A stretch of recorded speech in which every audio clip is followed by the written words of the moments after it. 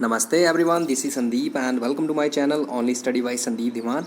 आज हम डिस्कस करने वाले हैं भारत के गवर्नर जनरल को। तो चलिए स्टार्ट करते हैं। ईस्ट इंडिया कंपनी की स्थापना कब हुई थी? 1600 एडी में, और उस समय शासन था जहांगीर का। ठीक है, मुग़ल एम्परर था यहाँ पे शासक। और 1757 में प्लासी की लड़ाई हुई जिसमें बंगाल पर शासन स्थापित हो गया कंपनी का। और उस समय नेतृत्व किसने किया था अंग्रेजी सेना का? तो वो किया था क्लाइव ने। क्लाइव बन गया पहला गवर्नर बंगाल का। ठीक है, तो बंगाल में सबसे पहले कौन होता था? गवर्नर होता था। और उसके बाद हम बात करें तो 1757 से लेकर 1772 तक कंपनी का जो सर्वोच्च पद था वो बंगाल का गवर्नर ही रहा। ठीक है, उसके बाद 1773 में रेगुलेटिंग एक्ट पास हुआ और जो सर्वोच्च पद था वो बंगाल का गवर्नर जनरल हो गया। तो आपको याद रखना है 1757 में बंगाल का गवर्नर बना, लेकिन जब रेगुलेटिंग एक्ट पास हो गया उसके बाद बंगाल का गवर्नर जनरल हो गया। पहले गवर्नर था, फिर गवर्नर जनरल हो गया। ठीक है, उसके बाद 1733 में जो चार्टर आया तब क्या हुआ, जो बंगाल का गवर्नर जनरल था वो भारत का गवर्नर जनरल बन गया। और कब तक रहा? 1857 तक। जैसा कि हमें पता है 1857 में विद्रोह हुआ था। उसके बाद जो क्राउन था उसने शासन जो था वो अपने हाथ में ले लिया था। और 1858 से लेके 1946 तक वायसराय बना रहा ये इस पद का नाम। ठीक है, और उसके बाद फिर से 1947 से लेके 50 तक संविधान लागू होने तक कौन रहा? गवर्नर जनरल रहा। वाइसराय का नाम फिर चेंज कर दिया और गवर्नर जनरल कर दिया वापस। ठीक है, तो हम वन बाय वन इनको डिस्कस कर लेते हैं। हम सिर्फ इम्पॉर्टेंट जो गवर्नर जनरल हैं या जो गवर्नर थे उनको डिस्कस करेंगे। चलिए देखते हैं। सबसे पहले बात करेंगे रॉबर्ट क्लाइव की। तो जो द्वैध शासन था, ठीक है, डायरकी जो थी वो लागू की थी किसने? रॉबर्ट क्लाइव ने। द्वैध शासन, ठीक है, क्या होता था द्वैध शासन में? इसमें जो बंगाल का प्रशासन था वो नवाब चलाता था और जो भू राजस्व और सैनिक संरक्षण था वो कंपनी के पास था। ठीक है, मतलब नवाब जो था वो नाममात्र का था और जो भी राइट्स थे वो कंपनी के पास थे। तो वॉरेन हेस्टिंग्स ये आया 1774 में और इसके समय में रेगुलेटिंग एक्ट पास हुआ 1773 में। और रेगुलेटिंग एक्ट से जैसा कि मैंने पहले बताया जो गवर्नर था उसका नाम बदलकर गवर्नर जनरल हो गया। तो हेस्टिंग जो था वो बंगाल का अंतिम गवर्नर और पहला गवर्नर जनरल बन गया। ठीक है, ये जो था सिर्फ बंगाल का गवर्नर जनरल बोलते थे, इसको ध्यान रखना है इसको। ठीक है, अब 1774 में इसी रेगुलेटिंग एक्ट से क्या हुआ? हाई कोर्ट की स्थापना हुई। कलकत्ता हाई कोर्ट जो था वो किससे बना था? 1773 के रेगुलेटिंग एक्ट से। कब बना था? 1774 में, एक साल बाद। अच्छा, अब इसके बारे में थोड़ी सी डिस्कशन कर लेते हैं हम। रेगुलेटिंग एक्ट क्या था इसमें देखो, कंपनी का जो कार्य थे उनको नियंत्रित किया गया और संसदीय प्रणाली स्थापित करना इसका एक उद्देश्य था। और जो राजनीतिक कार्य थे उनको मान्यता देना भी इसका एक उद्देश्य था। और जो ये पहला हाई कोर्ट जिसको मैंने अभी अभी डिस्कस किया 1774 में जो बना था कलकत्ता हाई कोर्ट, उसकी पहली जज बनी थी एलिजा इम्पे। इनका नाम था एलिजा इम्पे। तो ये भी बहुत इंपॉर्टेंट क्वेश्चन है, इसको याद रखना है आपने। अच्छा, हेस्टिंग्स जो था उसके समय में सर विलियम जोन्स थे, उन्होंने एशियाटिक सोसाइटी ऑफ बंगाल की स्थापना की थी। तो ये इंपॉर्टेंट क्वेश्चन है, एशियाटिक सोसाइटी ऑफ बंगाल की स्थापना किसने की? सर विलियम जोन्स ने। ठीक है, हेस्टिंग्स के समय में भारत का पहला समाचार पत्र प्रकाशित हुआ। क्या नाम था? The Bengal Gazette. ठीक है, उसके बाद हेस्टिंग्स के समय में ही क्या हुआ? 1773 का जो रेगुलेटिंग एक्ट था उसमें जो कमियां रह गई थी उनको दूर करने के लिए 1784 में पिट्स इंडिया एक्ट आया। और ये एक्ट जो था अंग्रेजों के हितों के लिए था। और इससे क्या हुआ? ये पिट्स इंडिया एक्ट जो था इसके तहत इंग्लैंड में एक नियंत्रक बोर्ड स्थापित किया गया। और हेस्टिंग्स जो थे ये इस पिट्स इंडिया एक्ट से खुश नहीं थे, इसलिए इस एक्ट के विरोध में उन्होंने इस्तीफ़ा दे दिया और इंग्लैंड वापस चले गए, जहां पर उनके ऊपर महाभियोग चलाया गया। लेकिन बाद में सभी आरोपों से उनको मुक्त कर दिया गया। अब आगे बात करते हैं हम। नेक्स्ट थे हमारे पास लॉर्ड कॉर्नवालिस, बहुत ही इंपॉर्टेंट है। कब से कब तक रहे? ये रहे 1785 से लेके 1793 तक। बहुत इंपॉर्टेंट थे। क्यों? क्योंकि इन्हें माना जाता है पुलिस और सिविल सेवा का जनक। ये जो यूपीएससी है हमारे पास और ये जो आईपीएस है, ये सारी सेवाएं जो थी इन्हीं के द्वारा शुरू की गई थी। इन्होंने क्या किया था, प्रत्येक ज़िले में एक एक थाना स्थापित किया था और उसके बाद 1793 में इन्होंने स्थायी बंदोबस्त स्टार्ट किया। कहाँ कहाँ हुआ ये? बंगाल, बिहार और उड़ीसा में इन्होंने भूमि योजना लागू की। और इसमें क्या था, जमींदार जो थे उनको जो टैक्स था उसका 90% मिलता था और कंपनी को 10% मिलता था। और ये जो योजना थी सारी की सारी, ये बनाई थी सर जॉन शोर ने। सर जॉन शोर बाद में ये गवर्नर जनरल भी बने थे। ठीक है।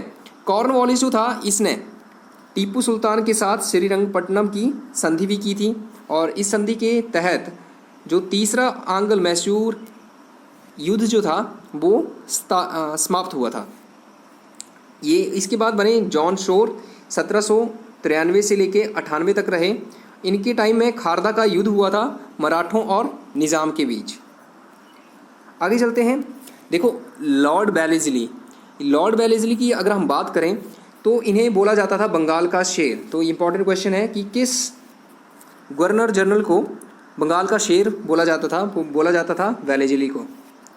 वेलेस्ली ने सहायक संधि शुरू की थी और इसके टाइम में चौथा आंग्ल मैसूर युद्ध हुआ था 1799 में। कौन जीता था? अंग्रेज ही जीते थे। कौन मारा गया था इसमें? टीपू सुल्तान, ध्यान रखना है आपने।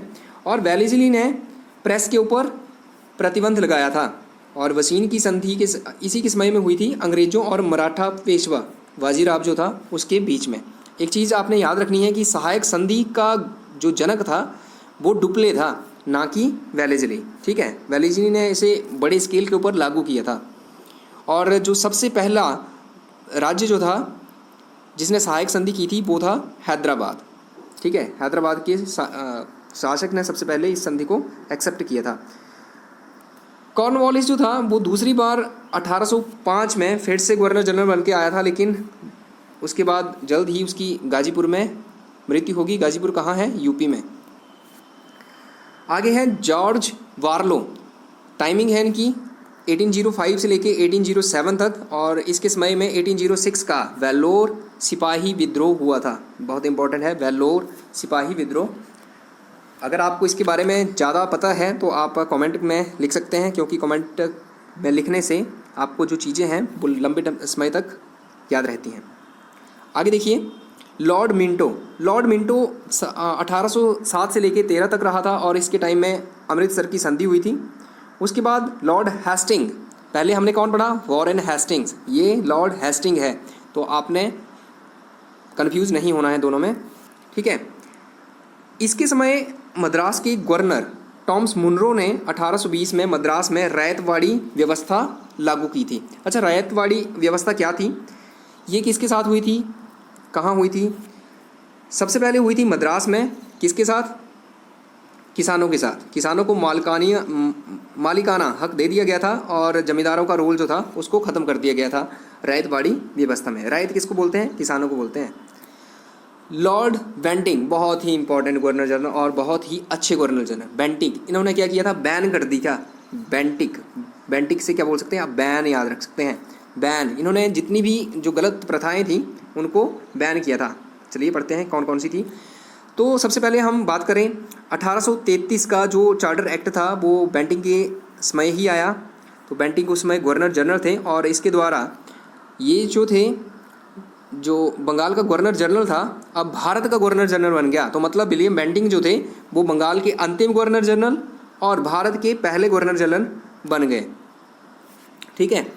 और सभी गलत जो चीज़ें थी इनको रोक दिया इन्होंने। बेंटिक ने बहुत अच्छा, बेंटिक को बहुत अच्छा गवर्नर जनरल माना जाता है और इनका काल जो है वो शांति का काल कहा जाता है। इन्होंने कौन कौन सी प्रथाएं रोकी? सती प्रथा और ठगी प्रथा। ठीक है। आप बताइए कि यहाँ पे सती प्रथा और ठगी प्रथा में किसका इम्पोर्टेंट रोल रहा? किस भारतीय समाज सुधारक का? आगे बेंटिंक जो था 1835 में कलकत्ता मेडिकल कॉलेज जो था उसकी स्थापना की थी बेंटिंक ने अंग्रेजी को उच्च शिक्षा का माध्यम बनाया और नहरें, सड़कें और सार्वजनिक सुधार भी किए। तो इस तरह से ये एक अच्छे गवर्नर जनरल थे।